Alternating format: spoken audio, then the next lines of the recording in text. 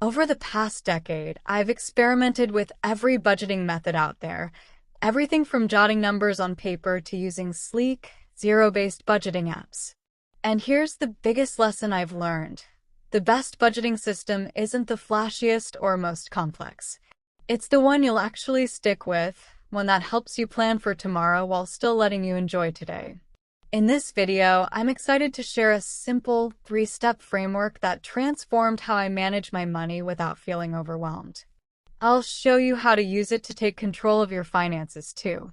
We'll start by mapping your money flow, then we'll organize your spending buckets, and finally, we'll reflect and fine-tune. Want to follow along? I've got a free tracker that I use myself, linked in the description below. You can fill it out step by step as we go through this together. Let's dive in. Here's how I organize my finances. On the left, you've got your income. In the center, there are 3 spending buckets. And at the top, there's a dashboard that gives you a clear snapshot of where your money's at. It's color-coded, so if something needs your attention, it'll light up red. I'll break it all down in a moment. Phase 1. Map your money flow.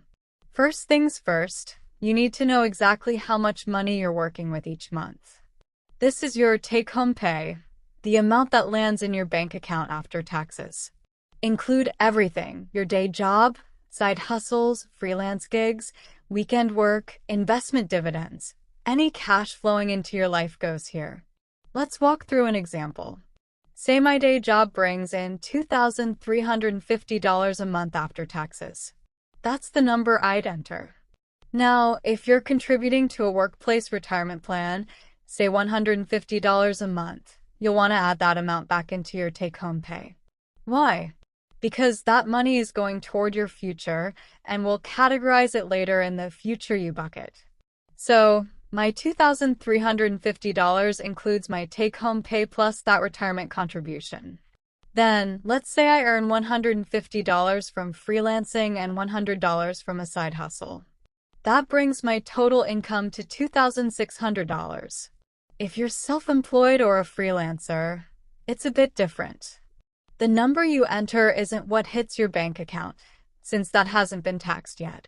Instead, use your net income after calculating and subtracting taxes yourself. This is key. You don't want to build a budget on money that isn't yours to keep. Phase 2. Allocate your spending buckets. Now that you know your take-home pay, it's time to divide it into 3 buckets: fundamentals, fun, and future you. Fundamentals cover your essential living costs: housing, transportation, groceries, insurance, and minimum debt payments. Fun is for the things that make life enjoyable: dining out, hobbies, entertainment, or subscriptions. Future you is about investing in your tomorrow: savings, investments, or extra debt payments beyond the minimum. You might have heard of the 50/30/20 rule: 50% for fundamentals, 30% for fun, and 20% for future you. It's a solid starting point, and I'll use it for this example, but keep in mind it was created years ago when costs like housing were lower. Today, depending on where you live, it might look more like 65/20/15 or even 70/20/10. Let's allocate that $2,600 into the buckets. Every dollar needs a purpose. Start with fundamentals. Check your bank statements from the last 3 to 6 months. Most apps categorize spending for you, which makes this easier.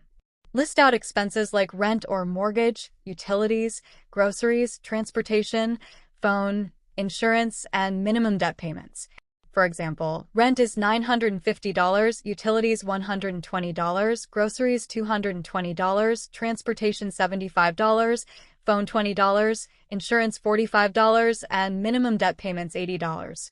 That totals $1,510, which is 58% of my $2,600 take-home pay. The tracker flags this red because it's over my 50% target, meaning I've overspent by $210. We'll address that in Phase 3. Quick tip: automate as many fundamentals as possible. Set up direct debits for utilities, automatic rent payments, or standing orders. This frees up mental energy for bigger financial decisions. Next, let's tackle future you. And I put this before fun for a reason. Paying yourself first changes everything. If you spend on fun before saving or investing, the money disappears fast. But if you prioritize your future, it's easier to make the rest of your budget work without feeling restricted. This bucket includes things like your emergency fund, investment accounts, extra debt payments, or saving for goals like a house deposit. Not sure where to start? I've got a video linked in the description that explains the best order for allocating extra savings. In our example, let's say I put $130 into an investment account, $100 toward a house deposit, and include that $150 workplace retirement contribution from earlier. That's $380 total, or 15% of my take-home pay. My goal was 20%, so the tracker flags this red, showing I'm under my savings target. We'll revisit this in Phase 3. Another tip: use separate accounts for different goals: an emergency fund, a house fund, a car fund. Seeing progress toward each goal is motivating. For example, saving $240 a month for a $20,000 house deposit means you're on track to hit that in about 7 years. Finally, the fun bucket. This covers optional spending that makes life great. Netflix, dining out, hobbies, travel, or upgrade choices like taking an Uber instead of the bus or buying premium brands. These aren't bad decisions, but they're conscious choices, so own them. After allocating $1,510 to fundamentals and $380 to future you, I'm left with $710 for fun, which is 27% of my take-home pay. My goal was 30%, so I'm slightly under, which isn't always a win. We'll explore why in the next phase. Phase 3. Reflect and improve. This is where the real magic happens. Budgeting isn't just about filling in numbers and moving on. It's about reflecting and getting better each month. Set aside 15 minutes at the end of the month, maybe with a coffee, to review your tracker. Make it a ritual. Look at what's flagged red and ask yourself a few questions. First, did you overspend? If so, where? If it's in the fun bucket, what triggered it? Maybe you ordered takeout because you were too tired to cook after work. Instead of feeling guilty, think about solutions, like meal prepping or keeping quick meals on hand.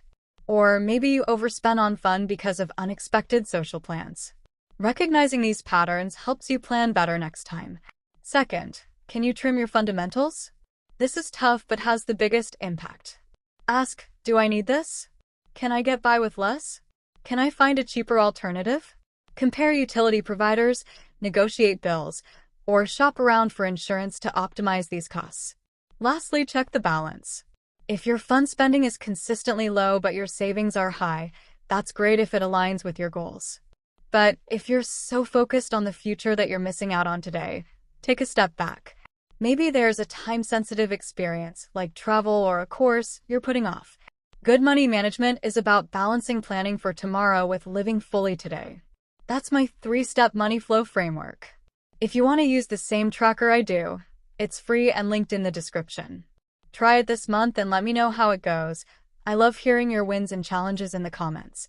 If you found this helpful and want to level up your financial game, check out my video, Master Your Money in 54 Minutes, linked here. It's a no-nonsense guide to financial literacy. Thanks for watching, and I'll see you in the next one.